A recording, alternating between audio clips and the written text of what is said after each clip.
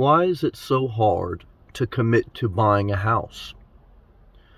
Well, commitment itself is psychologically hard because I think there's a component of it that we feel we're going to be trapped. Whether trapped in a house, trapped in a relationship, because it's hard to get out of stuff. If you've lived enough life, you realize that once you introduce a person into your life, it's not easy to get them out of your life without hurting yourself or hurting them. I think as we get older, we're more cautious to let people in our lives because we've experienced that. And so I think commitment itself, especially as we get older, we're more cautious. I think with regards to a house, it is the biggest financial decision for most people. So there's definitely a reason to be cautious. I think that if you're a second-time buyer, you have a different perspective. I think as a first-time buyer, you're just trying to kind of get it done. I think you're just rushing with anticipation. You don't really know what to look for or how a home changes the course of your daily routine. Your life is your daily routine. You only want to buy a house if it enhances your daily routine while being within your financial means. That's not easy. But I found some homes in my financial means that would enhance my daily routine. And I am going to be a second-time home buyer. So I'm a little bit more experienced in the process and how it affects you. I think about, though, before I would sign the dotted line, I think about taking care of the house.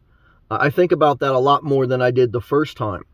Psychologically, when you buy, you commit not just to making the purchase, not just to paying the purchase price, but to maintain the water heater, the roof. Even if it's a small little shack, I still look at these small shacks. I said, man, this does have water pipes. It does have a roof. It does have walls. It does have a sink. I'm in a small little shack, and I'm saying, wow, this has two sinks, one in the bathroom, one in the kitchen. That's two components, to take care of. So I think about maintenance. I think about upkeep. This is part of the commitment of ownership. Renting, while there's no fun in not knowing that you own it, there's no fun in not having equity. There's a relief in not having a higher liability and taking care of it. So, as a nomad, I've kind of really enjoyed not being attached.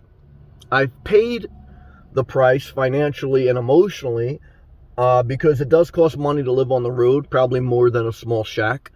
There is something psychologically that knocks you off balance not having a home base. And so I recognize that. I've done the math. I've analyzed my experience. So I'm honest about that. Why am I then still hesitant to commit? Because my purpose was to find a smaller place by the beach in Florida, move from New Jersey to Florida. Now I'm just hesitant to commit because psychologically,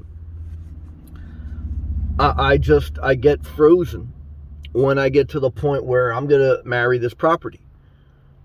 People say that you can sell the property and if you don't like it and you don't have to go back to it. It's true. I will say that I think the other part of it is I found some properties that I love, but they're not necessarily in the location I love. I found some that make sense, but I'm not in love with. So I haven't really found that right balance, and I've been looking for years, and it's hard to say that even exists. And then there's been a couple that I wanted to go through with, but the deal fell through for different reasons. And then that scars you again mentally. So all those things kind of take a toll on you. Again, just like when you get older, the relationships that you experience, the breakups, the pets that you have that pass away, the parents that you separate from, those pain points make a lasting memory on your mind and your soul, and you're more hesitant to let people in your life. And so as you get older, you don't want to suffer as much if you can help it. You want to make wiser decisions. So I think it is still wisdom to, when in doubt, don't buy, especially if you're single with no pets, no kids. Why? Because why do you need to rush? Certainly, house prices can continue to go up, and that's a real thing. Certainly, you don't want to hoard cash and put it all in risky investments and then have nothing to show for it. That's a real thing. So you do need to be conscious of tracking your progress and your patience. But psychologically and financially, the reasons why it's tough to commit to a property is because, again, psychologically, I think, especially if you're not a first-time home buyer, I think you know what you're getting into, and you know it's not all roses and rainbows. So you really don't want to rush. And financially, I think you know, if you've ever owned a home, that, you know, it's more than rent a lot of times. And even if you're paying more for rent, you're not responsible for anything other than that one fixed payment. There's nothing worse than owning a property and you get those letters in the mail that, you know, your HOA is having an assessment, or even if you own the property with no HOA, you know, your property taxes go up, your insurance go up, there's a repair that needs to be made with your air conditioner. It's always something. When you own a property, it's always something. And if you don't know that, you've never owned a property.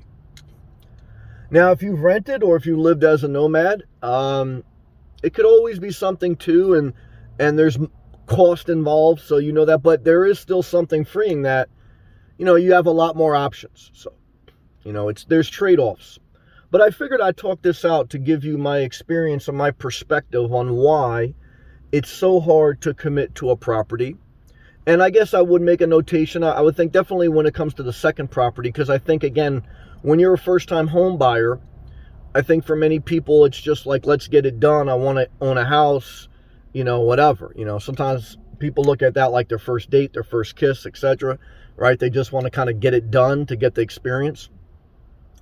And I think there is something to be said for personality. I think some people are free spirits, meaning that their spirit does not do well with commitment. They get very anxious. I think there's some people who are maybe more naturally willing and have the capacity to take on more responsibility. I think different personalities look at this differently.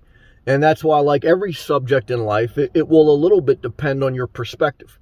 Obviously, it depends a little bit on your financial state and certainly the season of life you're in and what you're trying to accomplish.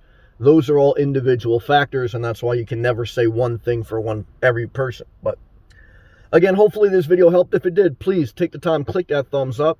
You want to support the channel, click that blue join button. Leave a comment below, share the video. Look on my channel, my YouTube channel, subscribe and watch thousands of free videos on my playlist. I thank everyone for watching. I thank you to all my members. Keep showing up. If you have a bad day, just get through the day. Try to eat healthy, keep your body in motion, let your blood flow, healthy relationships, productivity, and peace.